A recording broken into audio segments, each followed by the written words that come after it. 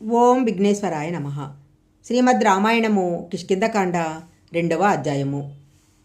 కబంధుడు చెప్పిన విధంగా రామలక్ష్మణులు బయలుదేరి పంపా సరస్సుకు చేరుకున్నారు. ఆ పంపా నదిలో అరవిరిసిన పద్మాలు పైకెగిరి నీళ్లల్లో పడుతున్న చేపలను చూసి రాముడు బాధపడ్డాడు. ఆయనకు వాటిని చూడగానే సీతమ్మ ముఖము కన్నులు గుర్తుకొచ్చి బోరుమని విలపించాడు. అప్పుడాయన రామునుడితో, చూశావా లక్ష్మణ, ఈ ప్రాంతం ఎంత బాగుందో. ఈ చెట్లకు విశేషంగా పువ్వులున్నాయి. ఆ పువ్వులు కింద పడుతున్నాయి.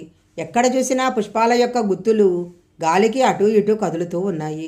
అలా కిందికి పడుతున్న పువ్వులను, కదులుతున్న గుత్తులను చూస్తుంటే నాకేమనిపిస్తుందంటే, వాయుదేవుడు ఎవరికీ కనపడకుండా వచ్చి ఈ పూల గుత్తులతో ఆడుకుంటున్నాడా అనిపిస్తుంది. ఈ చెట్లకు అల్లుకున్న తీగలు పైకి వెళ్ళి పెద్ద పెద్ద పువ్వులను పుష్పించాయి. ఇవన్నీ చూడటానికి ఎంత అందంగా ఉన్నాయో.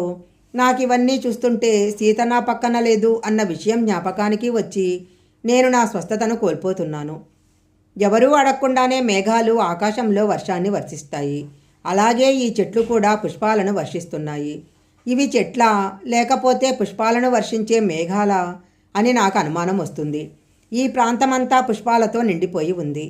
ఇక్కడ గాలి ఒక విచిత్రమైన ధ్వని చేస్తూ చెట్లను కదుపుతూ వీస్తుంది.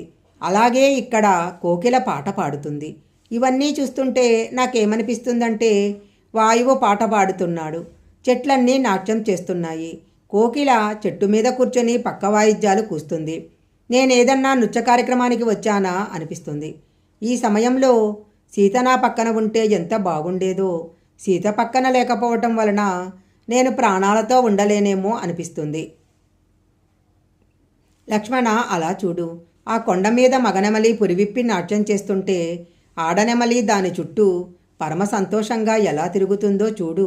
అవునులే, ఎందుకు ఆడవు? ఆ మగనెమలి భార్య అయిన ఆడనెమలిని ఎవరూ ఎత్తుకుపోలేదు కదా. ఎన్ని ఆటలన్నా ఆడతాయి. నా మనసు సీత దగ్గర ఉంటుంది, సీత మనసు నా దగ్గర ఉంటుంది. అందుకని మా ఇద్దరికీ ఉన్నది ఒకటే మనసు. ఆ ఒక్క మనసు ఆనందించాలంటే ఒకరి పక్కన ఒకరం ఉండాలి. అలా లేకపోవటం చేత ఇవాళ నా మనసు ఆనందపడటం లేదు. ఇది చైత్రమాసం కాబట్టి సీత కూడా ఇలాంటి దృశ్యాలనే చూస్తూ ఉంటుంది.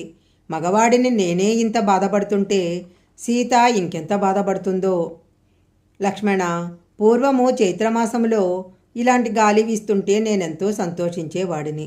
ఇవాళ అదే గాలి వీస్తుంటే నాకు దుఃఖంగా ఉంది. ఈ అరవిరిసిన తామర పువ్వులను దగ్గరగా చూస్తుంటే ఆ పువ్వులలోని గాలి నా ముఖానికి తగులుతుంటే ఎలా ఉందో తెలుసా లక్ష్మణ. సీతముఖం నా ముఖానికి దగ్గరగా ఉన్నప్పుడు సీతముక్కు నుంచి విడిచిపెట్టిన నిశ్వాస వాయువు నా బుగ్గలకు తగిలిన అనుభూతి కలుగుతుంది. అక్కడ ఆ తుమ్మెదలు పువ్వుల మీద వాలి అందులోని మకరందాన్ని తాగి ఎలా వెళ్ళిపోతున్నాయో చూడు. ఎంత అందంగా ఉంది ఆ సన్నివేశము. కానీ నా మనసుకి ఎందుకనో ఆనందం కలగటం లేదు.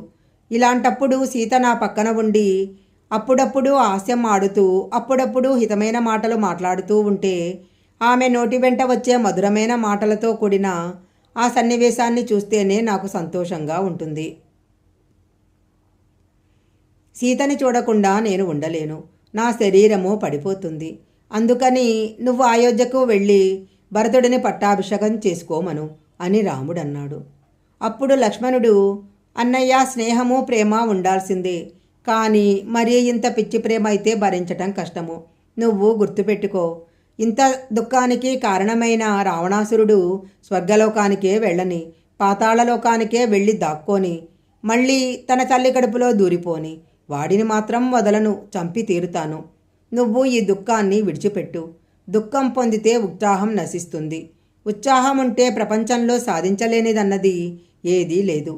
కానీ ఉత్సాహం పోతే ఎంత శక్తి ఉన్నా అదంతా భయం చేత, దుఃఖం చేత పనికి రాకుండా పోతుంది. అందుకని అన్నయ్య, ఉత్సాహాన్ని పొందు అన్నాడు. లక్ష్మణుడి మాటలకు రాముడు సంతోషపడిన వాడే ఉపశాంతిని పొందాడు. అప్పుడు ఆ రామలక్ష్మణులు ఇద్దరూ ఋషముఖ పర్వతం వైపుకు బయలుదేరారు.